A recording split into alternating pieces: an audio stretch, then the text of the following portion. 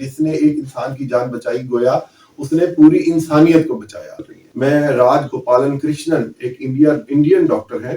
یہ سٹوری ہے پاکستان کی. اگر ٹریٹمنٹ کرنا نہیں آتا تھا تو بہت شرمندگی کا مقام ہے, اور اگر ٹریٹمنٹ کرنا آتا تھا اور پیسے کی وجہ سے ٹریٹمنٹ نہیں کیا تو ویسے ہی ڈوب بننے کا مقام ہے. السلام علیکم, دس is Shahid Umeed Qureshi and you are watching life notes. کہتے ہیں دنیا اچھے لوگوں سے بھری پڑی ہے, اگر یہ اچھے لوگ نہ ہو تو دنیا نہ چلے. اسی طرح بے شمار مثالیں ہیں جنہوں نے لوگوں کی جان بچائی, اور اس کے اوپر اللہ پاک نے کیا فرمایا. اللہ پاک نے آیت نمبر 32 سورۃ المائدہ میں فرمایا, جس نے ایک انسان کی جان بچائی گویا اس نے پوری انسانیت کو بچایا. آج میں ایک ایسی شخصیت کے بارے میں بات کرنے جا رہا ہوں. مجھے کل ہی ان کے بارے میں پتہ لگا, کیونکہ ہم دوسری چیزوں کو تو بہت زیادہ سوشل میڈیا پہ ہائپ دے رہے ہوتے ہیں, لیکن میں نے دیکھا ہے کہ اکثر اچھے کاموں کو جو ریئل ہیروز ہیں وہ بہت پیچھے رہ جاتے ہیں, تو دوسری چیزیں بہت آگے چل رہی ہیں. میں راج گوپالن کرشنن ایک انڈین ڈاکٹر ہیں.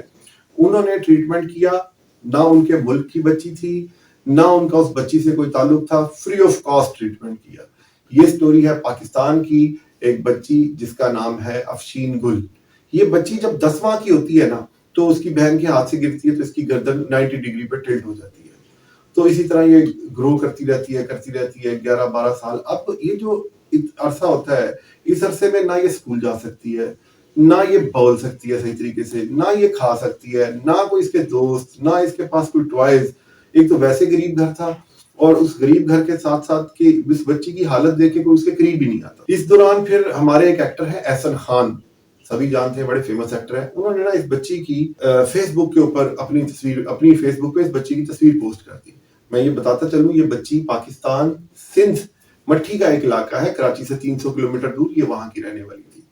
جب احسن خان نے یہ تصویر پوسٹ کی نا, اس کے بعد ایک سنم بلوچ تھی ہماری اینکر, آج کل تو شاید ان کا پروگرام نہیں دیکھ رہا میں, مارننگ شو کیا کرتی تھی. انہوں نے اس بچی کو اپنے شو میں بلایا, اور جب انہوں نے یہ شو میں بلا کے اپیل کی نا, تو پاکستان پیپل پارٹی کے ایک ایم پی ہیں ناز گل, پاکستان پیپل پارٹی کے ایک ایم پی ناز گل, انہوں نے کہا کہ پیپل پارٹی جو ہے نا اس کے سارے اخراجات اٹھائے.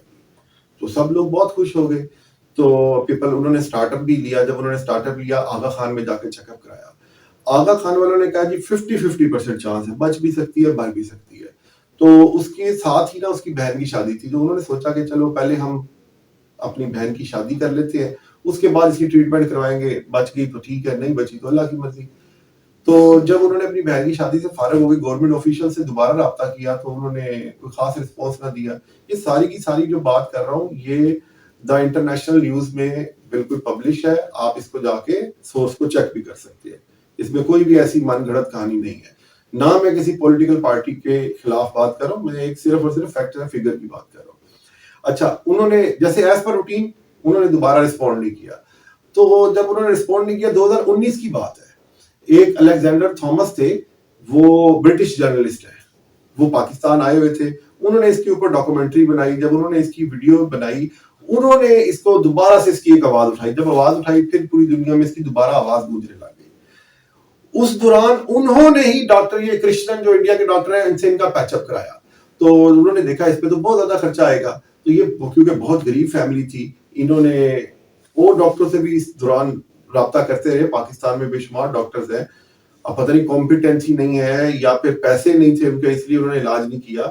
اب یہ اللہ کی ذات بہتر جانتی ہے, یا وہ لوگ بہتر جانتے ہیں کہ انہوں نے اس کے پیسے کے لیے ٹریٹمنٹ نہیں کیا, یا ان کو ٹریٹمنٹ کرنا ہی نہیں آتا تھا. اگر ٹریٹمنٹ کرنا نہیں آتا تھا تو بہت شرمندگی کا مقام ہے, اور اگر ٹریٹمنٹ کرنا آتا تھا اور پیسے کی وجہ سے ٹریٹمنٹ نہیں کیا تو ویسے ہی ڈوب بننے کا مقام ہے. تو خیر ہم آگے چلتے ہیں. پھر انہوں نے نا اس ڈاکٹر صاحب سے, ڈاکٹر کرشنن صاحب سے, انہوں نے ان کا جب رابطہ کرایا, ڈاکٹر کرشنن نے کہا ٹھیک ہے جی میں ان کی ٹریٹمنٹ کرنے کے لیے تیار ہوں. تو انہوں نے بھی اپنے سرکل میں چیک کیا, کوئی ان کے ساتھ ساتھ دے رہے تھے نہیں دے رہے تھے, لیکن انہوں نے کہا میں اپنے اون پہ کروں گا, کوئی ایسا مسئلہ نہیں, آپ آ جائیں یہاں پہ. اب ان کا وہاں جانا بھی ایک بہت بڑا مسئلہ تھا. پھر انہوں نے جب آن لائن فنڈ ریزنگ کے لیے اپیل کی, تو ایک آرگنائزیشن ہے پاکستان کی دارالسکون, انہوں نے ان کو بہت سپورٹ کیا. انہوں نے ان کا سارا پروسیسنگ میں ان کا ہاتھ بٹایا, ان کو پیسے بھی دیے. تو یہ پھر وہاں پہ جاتے ہیں اراؤنڈ نومبر میں جاتے ہیں. ڈاکٹر صاحب ان کی پہلی ایک ٹریٹمنٹ کرتے ہیں.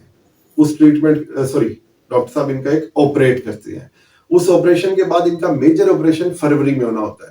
پھر وہ جب اور چیزیں دیکھتے ہیں, پھر فروری میں جا کے اپنی ٹریٹمنٹ جاری رکھتے ہیں. وہ اس ٹریٹمنٹ کے ساتھ ساتھ ان سے پیسہ کوئی لیتے, یہ بات یاد رکھیے گا, پیسہ کوئی نہیں لیا انہوں نے. اس ٹریٹمنٹ کو جاری رکھا,